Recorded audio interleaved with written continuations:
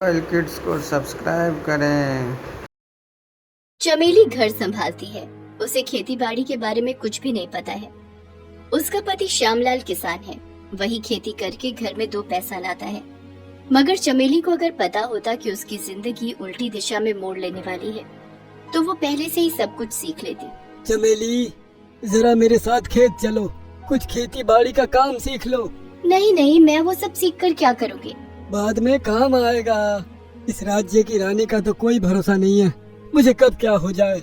श्यामलाल ने ऐसा कहा क्योंकि इस राज्य की रानी शकुंतला बहुत ही अत्याचारी है। उसे जब जो चाहिए होता है वो छीन लेती है। उसके लिए अगर लोगों को मारना पड़े तो वो भी सही। चमेली के 2 जुड़वा बच्चे हैं, एक लड़का और एक लड़की। लड़के का नाम मोती है और लड़की का नाम है पूजा। चमेली लक्ष्मी माता की बहुत बड़ी भक्त है। वो हर रोज लक्ष्मी माता की पूजा करती है। चमेली, अच्छे से पूजा करो, हम लोग गरीब हैं। अगर लक्ष्मी माता की कृपा मिल जाएगी तो हमारा जीवन सुधर जाएगा। पिताजी, आप देखना, लक्ष्मी माँ हमारे ऊपर कृपा जरूर करेंगी। माँ कहती है लक्ष्मी माता किसी को दुखी नहीं देख सकती। उधर रानी शकुंतला एक दिन टहलने निकलती है और टहलते टहलते वो श्यामलाल की जमीन के पास जाती है। उनके साथ उनका अंगरक्षक रामू है। रामू, ये जमीन किसकी है? ये श्यामलाल की है रानी साहिबा। ये जमीन मुझे चाहिए, इंतजाम करो। शकुंतला के एक बार कहने पर रामू श्यामलाल के पास जाकर वो जमीन मांगता है, लेकिन श्यामलाल मना कर देता है। रामू कहता है, रानी साहिबा को मना किया ना तूने, अब देख तेरे साथ क्या क्या होता है। श्यामलाल को कुछ बहुत बुरा होने का आभास मिलता है। अगले दिन श्यामलाल खेती करने के लिए निकलता जरूर है, लेकिन घर नहीं लौटता। चमेली घबरा जाती है। हे माता, अब क्या होगा? वो कहाँ चले गए? मोती और पूजा चमेली के आंसू पोंछ देते हैं। उसी वक्त महल में श्यामलाल रानी शकुंतला के सामने खड़ा है। उसके हाथ पैर बंधे हुए हैं। शकुंतला के हाथ में एक चाबुक है। वो चाबुक से श्यामलाल को बहुत मारती है। मुझे मना करेगा? हाँ, अब देख कैसा लगता है। तुझे तो मारूंगी ही, तेरे घर वालों को भी चुन चुन कर मारूंगी। श्यामलाल डर जाता है। नहीं नहीं, मेरे साथ कुछ भी कीजिए, लेकिन मेरी पत्नी और बच्चों को छोड़ दीजिए। शकुंतला उसे मारती रहती है। रात को चमेली के घर के दरवाजे पर रामू आता है और कहता है, सुनो, तुम्हारे पति को अगवा किया गया है। अगर उसे वापस पाना चाहती हो तो 10 किलो सोना महारानी को देना होगा। चमेली लक्ष्मी माता की मूर्ति के पास जाकर रो पड़ती है। माता, आप धन दौलत की देवी हो, हम लोग गरीब हैं। इतना सारा सोना हम कहाँ से लाएंगे? कुछ मदद कीजिए माँ, कुछ मदद कीजिए। अपना और अपने बच्चों का पेट चलाने के लिए चमेली अगले दिन से खेत में खेती करने के लिए जाती है। मोती और पूजा भी अपनी माँ की मदद करने में जुट जाते हैं, लेकिन चमेली को खेती करना नहीं आता है। लेकिन कुछ दिनों के अंदर ही हालात उसे सब कुछ सिखा देते हैं। वो हर रोज खेती बाड़ी करती है और रात को अपने पति को याद करके लक्ष्मी माता की मूर्ति के सामने रोती है। पूजा अपनी माँ को हर रोज रोते हुए नहीं देख सकी। उसने ठान लिया है कि वो अपने पिता को शकुंतला की कैद से छुड़वा कर ही रहेगी। अगले दिन शाम को अंधेरे में वो महल की दीवार चढ़कर अंदर घुस जाती है और कैद खाने की तरफ जाती है। पिताजी, कहाँ हो आप? पिताजी, मैं हूँ, आपकी बेटी। श्यामलाल वहीं पर एक जेल में कैद था। उसे पूजा की आवाज सुनाई देती है। पूजा भी अपने पिता को ढूंढ लेती है। बेटी, तू यहाँ पर कैसे आई? दीवार चढ़कर। अब चलो, हमें यहाँ से निकलना है। पूजा जेल का ताला खोलने की कोशिश करती है, लेकिन ताला जाकर जोर से लोहे के गेट पर लगता है और उस आवाज से वहाँ सिपाही आ जाते हैं और पूजा को पकड़ लेते हैं। नहीं नहीं, मेरी बेटी को छोड़ दो, छोड़ दो। वो सैनिक पूजा को शकुंतला के पास ले जाते हैं। अच्छा, पिताजी को बचाने का इतना शौक है कि चोरी छुपे महल में घुस आई। मैं तुझे आज जिंदा दफन करूंगी। पूजा बहुत रोती है, गिड़गिड़ाती है, लेकिन कोई फायदा नहीं होता। रामू गड्ढा खोदता है और शकुंतला अपने हाथों से पूजा को जिंदा दफन कर देती है। ये खबर जब चमेली को पता चलती है तब वो बहुत रोती है। गांव के लोग चमेली के पास जाते हैं। मुखिया कहते हैं, नहीं नहीं, ऐसे नहीं चल सकता, हमें आंदोलन करना होगा। चमेली और मुखिया गांव वालों को लेकर आंदोलन करने लगते हैं। नहीं चलेगी, नहीं चलेगी, ऐसी गुंडागर्दी नहीं चलेगी। शकुंतला गुस्सा हो जाती है और चमेली को धमकी देती है। पति और बेटी को खोकर भी तुझे अकल नहीं आई? अब बेटे को भी मरा हुआ देखना चाहती है क्या? चमेली डर जाती है क्योंकि अब उसके पास एक बेटा ही है। वो तुरंत वहाँ से चली जाती है। शकुंतला चमेली से जमीन भी छीन लेती है। अब चमेली के पास और कुछ भी नहीं है। वो अपने बेटे को गोद में लेकर लक्ष्मी माता से प्रार्थना करती है, हे लक्ष्मी माता, अब यहाँ हमारे लिए कुछ भी नहीं है। मेरे पति को छुड़ाने के लिए मुझे सोने का भी इंतजाम करना है, लेकिन मैं कैसे करूँ? हमारी जमीन भी अब उस अत्याचारी रानी के पास है। आप कुछ कीजिए माँ। चमेली जीने की इच्छा ही खो देती है। इतनी मेहनत करने के बाद भी वो सिर्फ एक सोने का हार ही जुगाड़ कर पाई है। लेकिन उसी दिन शाम को एक बूढ़ी औरत चमेली के घर के बाहर आती है और रोते हुए कहती है, कल मेरी बेटी की शादी है, लेकिन अभी तक दहेज का सामान जुगाड़ नहीं कर पाई हूँ। एक सोने का हार जुगाड़ करना होगा। क्या तुम मुझे कुछ पैसे दे सकती हो? नहीं तो मेरी बेटी की शादी रुक जाएगी। बूढ़ी औरत को रोते हुए देखकर चमेली को बहुत दया आती है। वो बूढ़ी को अपना सोने का हार दे देती है और कहती है, बूढ़ी माँ, इस हार से मेरा तो कुछ भला नहीं हो सकता, इसे आप ही रख लीजिए, कम से कम आपकी बेटी की शादी तो हो जाएगी। चमेली बात खत्म ही करती है कि तभी एक चमत्कार हो जाता है। वो बूढ़ी औरत गायब हो जाती है और माता लक्ष्मी प्रकट होती है। चमेली, मैं बूढ़ी औरत के रूप में तेरी परीक्षा ले रही थी। मैं तुझसे प्रसन्न हूँ, बोल तुझे क्या चाहिए? प्रणाम लक्ष्मी माता, यहाँ हमारा और कुछ भी नहीं है। खेती बाड़ी करने के लिए जमीन भी नहीं है और हमारी जान भी खतरे में है। हमें कहीं और भेज दीजिए। परंतु इस धरती पर तू कहीं भी चली जा, शकुंतला तुझे ढूंढ कर निकालेगी। तो फिर हमें इस धरती के बाहर भेज दीजिए। माता लक्ष्मी थोड़ी देर सोचती है और कहती है, ठीक है, मैं तुम दोनों को चांद पर भेज देती हूँ। वहाँ तुम बिना कोई चिंता किए खेती बाड़ी कर सकोगे, चांद की मिट्टी पर भी फसल उगा सकोगे। मैं तुम्हें आशीर्वाद देती हूँ। ये बोलकर लक्ष्मी माता अपनी जादुई शक्ति से एक चंद्रयान लाती है और उसमें बैठकर चमेली और मोती चांद पर पहुँच जाते हैं। मोती चांद की मिट्टी पर पैर रखकर कहता है, माँ, चांद कितना सुंदर है। हाँ बेटा, लेकिन हमें अभी काम पर लगना होगा। चमेली चांद की मिट्टी पर खेती बाड़ी करना शुरू कर देती है। वो एक फसल का बीज बोती है और माता लक्ष्मी की कृपा से तुरंत फसल उगाती है। ऐसा करके वो दोनों अपना पेट पालने लगते हैं। चमेली एक छोटा सा घर भी बनाती है। उधर धरती पर शकुंतला को जब पता लगता है कि रातों रात चमेली अपने बेटे को लेकर कहीं गायब हो गई है, तब वो बहुत गुस्सा हो जाती है और अपनी सेना भेजकर गांव वालों के ऊपर अत्याचार करने लगती है। लोगों का घर भी जला दिया जाता है। बचाओ, बचाओ, हमें बचाओ। उसके बाद शकुंतला निर्णय लेती है कि चमेली को वापस लाने के लिए कोई गेम खेलना पड़ेगा। वो चारों तरफ ऐलान कर देती है कि 2 दिन बाद श्यामलाल को गांव के बाजार में सबके सामने जिंदा जला दिया जाएगा। ये सुनकर गांव वालों के अंदर खौफ पैदा हो जाता है। लेकिन चमेली तो चांद पर खेती करके अपना गुजारा कर रही है, उसे इन सब के बारे में क्या पता। 2 दिन बाद श्यामलाल को गांव के बाजार में हाथ पैर बांध कर लाया जाता है। सभी गांव वाले आंखों में डर लेकर ये दृश्य देखने लगते हैं। शकुंतला हाथ में मशाल लेकर कहती है, मैं 1 से लेकर 10 तक गिनूंगी। उसके अंदर अगर चमेली यहाँ नहीं आई तो मैं श्यामलाल को जिंदा जला दूंगी। 1, 2, 3, 4, 5। 5 तक गिनकर शकुंतला चुप हो जाती है। उसके मुंह से एक भी शब्द नहीं निकलता, क्योंकि वो देखती है कि श्यामलाल की बेटी पूजा उसके सामने आकर खड़ी हो गई है। रुक जा दुष्ट औरत, मैं तुझे मजा चखाने के लिए ही आई हूँ। अरे ये क्या? इसे तो मैंने जिंदा दफन कर दिया था, ये यहाँ पर कैसे आई? बेटी, मेरी बेटी तो जिंदा है। जिंदा है लेकिन आज जरूर मर जाएगी। रामू पूजा को पकड़कर श्यामलाल के पास बांध देता है और शकुंतला पूजा को सच में आग लगा देती है, लेकिन पूजा हंसने लगती है। तभी आग बुझ जाती है और पूजा माँ लक्ष्मी में बदल जाती है। ये देखकर सभी आश्चर्यचकित हो जाते हैं। दुष्ट औरत, तू खुदगर्ज है। तूने अपने धन दौलत के अहंकार में अंधी होकर बहुत पाप किए हैं। मैं धन दौलत की देवी हूँ। मैं तुझे श्राप देती हूँ, आज से तू रानी नहीं रहेगी।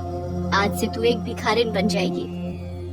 और तुरंत ही शकुंतला का राज पोशाक फटे हुए कपड़ों में बदल जाता है। उसका महल गायब हो जाता है। रामू भी अदृश्य हो जाता है। गांव वाले खुश हो जाते हैं। शकुंतला माफी मांगती है। माफ कर दीजिए लक्ष्मी माता, मुझसे गलती हो गई। तो फिर गलती का भुगतान भी तुझे ही करना होगा। अब भिखारिन बनकर बाकी जिंदगी गुजारनी होगी। और श्यामलाल, तेरी बेटी जिंदा है, वो मेरे पास है। लक्ष्मी माता अपनी जादुई शक्ति से पूजा को लाती है और एक चंद्रयान पे वहां जाता है। इसमें चर्चा तेरी बीवी और बेटा चांद पर है, उन्हें वापस लिया। श्यामलाल और पूजा चंद्रयान पर बैठकर चांद पर पहुंच जाते हैं। दोनों को देखकर चमेली खुशी के आंसू रो पड़ती है। उसके बाद चारों वापस धरती पर चले आते हैं।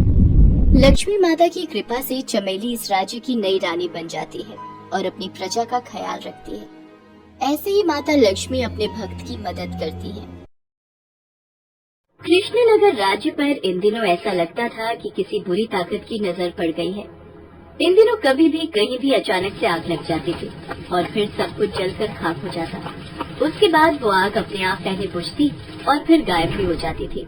लोगों को समझ नहीं आ रहा था कि आखिर ये हो क्या रहा है। अरे दिनकर भाई, अरे क्या बताऊं, मैं तो लूट गया, बर्बाद हो गया। कल पूरी की पूरी फसल में आग लग गई, सब बर्बाद हो गया मेरा। अब कैसे घर चलाऊंगा? भाई अब मैं क्या कहूँ तुम्हें, मेरा तो पूरा घर उस आग में जलकर खत्म हो गया। मैं तो पिछले कई दिनों से सड़क पर ही रह रहा हूँ। दिनकर, हमें अपने राजा विक्रम सिंह के पास जाना होगा। अब वही इस मुसीबत का कोई हल निकालेंगे। दिनकर और मोहन समेत राज्य के कई लोग राजा विक्रम सिंह से मिलने गए। विक्रम सिंह खुद इस आफत के कारण परेशान था, क्योंकि महल में भी कई बार आग लग चुकी थी। उनके भी कई कीमती सामान जलकर खाक हो गए थे। देखिए, प्रजा की चिंता राजा की चिंता है। मैं खुद पिछले कई दिनों से इस मुसीबत से पार पाने की सोच रहा हूँ, लेकिन ये एक ऐसी मुसीबत है जिससे कैसे निपटा जाए वो हमें समझ नहीं आ रहा है। महाराज, अगर ऐसा होता रहा तो हमें इस राज्य को छोड़कर जाना होगा।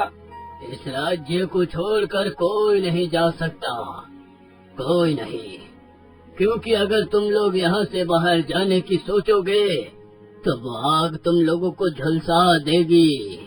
अभी तक उस आग ने लोगों को नहीं मारा है, लेकिन अगर कोई भी राज्य के बाहर जाएगा तो वो आग उसे जलाकर खाक कर देगी। जानते हो ये क्यों हो रहा है? अरे तुम लोगों ने जो बोया है वो तो काटना होगा ही। राजगुरु की ये बात सुनकर पूरे महल में खामोशी सी छा गई। राजगुरु, ये आप क्या कह रहे हैं? राजन, हमारे राज्य पर देवी माँ का क्रोध टूटा है और माँ के क्रोध से हमें माँ का ही एक भक्त बचा सकता है। माँ का भक्त? कौन है वो भक्त राजगुरु? हम स्वयं उसके पास जाएंगे और उसके पैरों में गिरकर राज्य को इस संकट से मुक्ति दिलाने की प्रार्थना करेंगे। गोपी नाम है उसका। गोपी? ये नाम तो कुछ सुना सुना सा लग रहा है। हाँ, ये वही गोपी है जिसे उसकी उस गलती की सजा मिली जो उसने की भी नहीं थी। गोपी नाम का एक गरीब चरवाहा रहता था। उसके माता पिता का किसी को पता नहीं था, क्योंकि जब वो बहुत छोटा था तब वो एक मंदिर के बाहर सुलोचना को रोते हुए मिला था। अरे ये बच्चा किसका है? कितना छोटा है ये, इसे यहाँ इस तरह कौन छोड़कर चला गया? सुलोचना ने इधर उधर देखा, लेकिन उस बच्चे के आसपास उसे कोई दिखाई नहीं दिया। वो उस बच्चे को घर ले आई। सुलोचना बहुत ही धार्मिक औरत थी। उसकी कोई औलाद नहीं थी, इसलिए उसने अपने बेटे की तरह उसे पाला। लेकिन जब गोपी 13 साल का था तो एक दिन सुलोचना की भी मौत हो गई। वो बेचारा एक बार फिर से अनाथ हो गया। सुलोचना के जाने के बाद उसने ही सुलोचना की भेड़ और बकरियों की जिम्मेदारी उठा ली। वो उसे हर दिन चराने ले जाता। देख, इधर उधर मत जाना, मेरे साथ ही रहना, आगे नदी है ना, समझी? चल चल चल चल। गोपी की भेड़ और बकरियां उसकी बात बहुत अच्छे से सुनती थी। वो भी उनका बहुत ख्याल रखता था। गोपी बहुत ही सीधा और ईमानदार लड़का था। उसका गुजारा बकरी के दूध और भेड़ों के ऊन से किसी तरह चलता था, लेकिन वो खुश रहता था। लेकिन एक कसाई की नजर उसकी भेड़ और बकरियों पर थी। वो किसी तरह उसे हासिल करना चाहता था। उसने 1-2 बार उसकी बकरियों और भेड़ों को चोरी करने की कोशिश की, लेकिन वो सफल नहीं हो पाया। पता नहीं इसने अपनी भेड़ और बकरियों पर कौन सा जादू कर दिया है। ये तो किसी भी लालच में नहीं आती। मुझे कुछ और ही उपाय करना होगा। कसाई ने दुर्गा मंदिर के पुजारी को लालच देकर गोपी को फंसाने की एक योजना बनाई। गोपी हर शाम अपनी भेड़ों और बकरियों को चराकर दुर्गा मंदिर जरूर आता था और मंदिर में काफी देर बैठता और दुर्गा की प्रतिमा को एकटक देखता, उनसे ढेर सारी बातें करता। कभी मंदिर के प्रांगण से फूल तोड़कर उनके चरणों में अर्पित करता, तो कभी बकरी के दूध की कमाई से कुछ फल खरीदकर माँ को चढ़ाता। उसे लगता था सुलोचना के जाने के बाद दुर्गा माँ ही उसकी बातों को सुनती है, उसे समझती है। उस शाम को भी वो मंदिर में बैठा हुआ था, तभी पुजारी जी जोर जोर से चिल्लाने लगे, अरे चोरी हो गए भाई, चोरी हो गए, माता के आभूषण चोरी हो गए। मंदिर में उस समय गोपी अकेला था, इसलिए पुजारी ने चोरी का इल्जाम उस पर लगा दिया और फिर चिल्लाकर लोगों को इकट्ठा कर लिया। अरे पुजारी जी, ये आप क्या कह रहे हैं? मैं तो अभी अभी आया हूँ, मैंने कोई चोरी नहीं की, और वो भी माता के आभूषण की। नहीं पुजारी जी नहीं, मैं ऐसा पाप नहीं कर सकता, वो मेरी माता है। देख, सीधा बनने का नाटक मत कर और सीधे सीधे बता दे कि आभूषण कहाँ है। अरे ये ऐसे नहीं बोलेगा, इसे राजा के पास ले चलो। अब गोपी को क्या पता कि वो किस तरह साजिश का शिकार हो गया। उसे राजा के पास ले जाया गया। पुजारी, कसाई और लोगों ने गोपी को दोषी ठहराया। वो राजा के सामने गिड़गिड़ाता रहा, लेकिन राजा ने उसे 100 बेत मारने की सजा दी। मैंने कुछ नहीं किया है, मुझे मत मारो। गोपी को राज्य के नियमानुसार राज्य से निकाल भी दिया गया। बिना किसी गलती की सजा गोपी को मिल गई। उसके जाने के बाद कसाई ने गोपी की सारी भेड़ें और बकरियां ले ली और उनका मांस बेचकर बहुत सारे पैसे कमाए। उधर गोपी दूसरे राज्य तो चला गया, लेकिन उसे अपने भेड़ बकरियों की याद बहुत आती। एक दिन वो छिपकर फिर से कृष्ण नगर आया और यहाँ आकर जब उसे पता लगा कि उसकी सारी भेड़ बकरियां मर गई हैं, तो मेरी बिना गलती के मुझे सजा मिली, मेरी भेड़ बकरियों को सजा मिली। अब मैं भी जिंदा नहीं रहूंगा। दुर्गा मंदिर में दुर्गा माँ से ये शिकायत करके गोपी ने आत्महत्या करने की ठानी और पहाड़ी पर चला गया। वो एक पहाड़ी से नीचे कूदने ही वाला था कि एक ऋषि ने उसे देख लिया और उसकी जान बचाई। आत्महत्या पाप है बेटा, तुम ये भूल मत करो। मुझे जिंदा नहीं रहना, मेरा सब कुछ खो गया है। कृपया करके मुझे मरने दीजिए, मुझे इस दुनिया में नहीं रहना। ऋषि ने गोपी को बहुत समझाया। गोपी समझ भी गया, लेकिन वो इस दुनिया में नहीं रहना चाहता था। देखिए, मैं आपकी बात मानकर आत्महत्या नहीं करूंगा, लेकिन अगर मैं इस धरती पर रहा तो पल पल मरूंगा। मुझे आप इस धरती से दूर भेज दीजिए। धरती से दूर? लेकिन कहाँ बेटा? कहीं भी, लेकिन यहाँ नहीं। ठीक है, मैं तुम्हें अपनी शक्ति से चांद पर भेज देता हूँ, अब तुम वहीं रहना। ऋषि ने आंखें बंद कर मंत्र का जाप शुरू किया। उनके मंत्रों की शक्ति से एक यान वहाँ प्रकट हुआ। गोपी उसमें बैठकर चांद की ओर चला गया। उस दिन के बाद से गरीब गोपी चांद पर ही घर बनाकर रहने लगा। लेकिन वो कहते हैं ना कि गरीब असहाय पर किया गया अन्याय एक न एक दिन भोगना पड़ता है। माता के भक्त को उस राज्य के लोगों ने तंग किया था, इसलिए माता के क्रोध का कहर उस राज्य के लोगों पर उतरने लगा। ये तो घोर अनर्थ हो गया राजगुरु, हमसे घोर अनर्थ। इसीलिए ही तो माँ का कहर इस राज्य पर बरस रहा है। लेकिन इस कहर से कैसे मुक्ति मिलेगी राजगुरु? हमें गोपी को फिर से यहाँ लाना होगा, यहाँ धरती पर, और वो ही माँ दुर्गा से प्रार्थना करेगा, तभी सारी चीजें फिर से सामान्य होंगी। लेकिन चांद पर हम जाएंगे कैसे? चांद पर जाने का मार्ग तुम्हें उसी ऋषि से मिलेगी जिसने गोपी को चांद पर भेजा है। ये चिट्ठी है, वो ऋषि मेरे मित्र है, तुम उन्हें ये चिट्ठी दे देना। और एक बात राजन, चांद पर पहुंचकर आपको गोपी को वापस लाने के लिए मनाना होगा। यहाँ पर आने के बाद उसे भेड़ और बकरियां फिर से देनी होगी, लेकिन उसके पहले उस कसाई और पुजारी को कठोर से कठोर सजा भी मिलनी चाहिए। राजा ने कसाई और पुजारी को कठोर कारावास की सजा दी और फिर उसके बाद राजगुरु से वो चिट्ठी लेकर काली पहाड़ी के वन की ओर निकल पड़ा। वहाँ पर वो ऋषि उसे मिले। उसने वो चिट्ठी ऋषि को दे दी। ऋषि ने मंत्र का जाप शुरू कर दिया। ओम चंद्रदेवाय नमः। ओम चंद्रदेवाय नमः। ओम चंद्रदेवाय नमः। ओम चंद्रदेवाय नमः। 108 बार जाप करने के बाद एक यान वहाँ फिर से प्रकट हो गया। राजा उस यान पर सवार हो गया। ऋषि ने वो मंत्र राजा को भी बता दिया, क्योंकि उन्हें गोपी को लेकर लौटना भी था। यान में उड़ते हुए राजा चांद पर पहुँचे। वहाँ पर उन्होंने देखा कि गोपी चुपचाप उदास सा बैठा हुआ है। राजा विक्रम सिंह गोपी के सामने हाथ जोड़कर खड़ा हो गया। गोपी ने जब राजा को अपने सामने देखा तो उसे बहुत गुस्सा आया और उसने अपना मुंह फेर लिया। तब राजा ने कहा, हमें माफ कर दो गोपी, हमें माफ कर दो। हमें सारी असलियत का पता चल गया है। हमने दोषियों को सजा भी दे दी है। महाराज, इस सजा से मेरी मासूम भेड़ बकरियां वापस आएंगी क्या? मैंने जो अपमान सहा, कोड़ों की मार सही, क्या वो दर्द वापस होगा? गोपी, उसी की सजा तो पूरा राज्य भुगत रहा है, और अगर तुम मेरे साथ धरती पर वापस नहीं गए तो सब खत्म हो जाएगा। उसके बाद विक्रम सिंह ने गोपी को सारी बातें बताई। ये सब सुनकर गोपी बहुत चिंतित हो गया। उसे अपने राज्य के लोगों की फिक्र होने लगी। वो उसी समय राजा के साथ धरती पर जाने के लिए तैयार हो गया। राजा ने एक बार फिर से मंत्र पढ़ा और एक बार फिर से वहाँ पर यान प्रकट हो गया। वे दोनों उस पर सवार होकर धरती पर आ गए। गोपी तुरंत दुर्गा मंदिर गया और माता के सामने हाथ जोड़कर रोने लगा। माँ, दया कर माँ, दया कर इस राज्य के लोगों पर। अपना क्रोध वापस ले ले माँ, अपना क्रोध वापस ले ले। गोपी के कहने पर मंदिर की मूर्ति से एक ज्योति प्रकट हुई और फिर वो ज्योति बादल में बदल गई और पूरे राज्य में वर्षा होने लगी। लेकिन वर्षा की ये बूंदें नीले रंग की थी। माँ दुर्गा ने अपना क्रोध वापस ले लिया। जिनकी फसलें जल गई थी, जिनके घर जल गए थे, सभी वापस हो गए। गोपी अब धरती पर ही रहने लगा। राजा ने उसे नई भेड़ें और बकरियां भी दी। गोपी अभी भी हर दिन अपनी भेड़ों को चराकर माता के मंदिर में जाता है और उनसे ढेर सारी बातें करता है। दोस्तों, आप हमारे चैनल को जरूर सब्सक्राइब करें